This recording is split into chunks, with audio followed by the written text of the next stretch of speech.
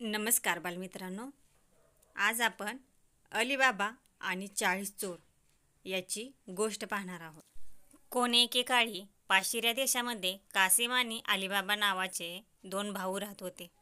वडिलांचा मृत्यू झाल्यावर कासिमने एका श्रीमंत विधवेशी लग्न केलं. लग्नानंतर तो खूप श्रीमंत झाला. अलीबाबा मात्र गरीबच राहिला. तो रोज जंगलात जाऊन लाकडे घेऊन यायचा. त्या लाकडांच्या मोळ्या विकून अलीबाबा स्वतःच्या कुटुंबियांचे पोट भरायचा. एके दिवशी अलीबाबा जंगलात लाकडे गोळा करण्यासाठी गेला होता.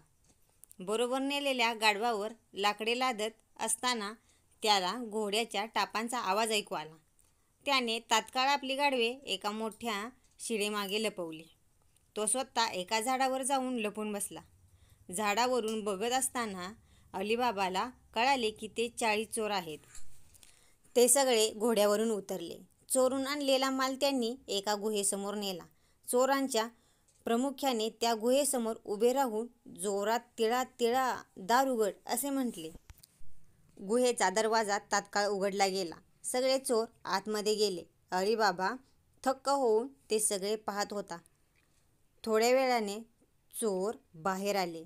त्यांनी स्वतः जवळील थैल्या रिकाम्या केल्या होत्या. चोरी करून आणलेला सगळा माल त्यांनी आत ठेवला होता. पुन्हा एकदा चोराचा टोळी प्रमुख पुढे आला. तो म्हणाला, तिळा तिळा बंद हो. गुहेचा दरवाजा बंद झाला. चोर घोड्यावर बसून पुन्हा चोरी करायला निघून गेले. अलीबाबाला हे सगळे पाहून अत्यंत आश्चर्य वाटले.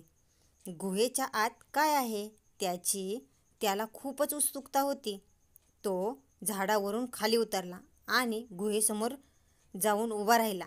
अलीबाबा म्हणाला, तिळा तिळा दार उघड. लगेचच दरवाजा उघडला. गुहेच्या आत गेल्यावर अलीबाबाला आश्चर्याचा धक्का बसला. पुढचा भाग पाहण्यासाठी आमच्या चॅनेलला नक्की सबस्क्राईब करा. व्हिडिओ पाहिल्याबद्दल धन्यवाद.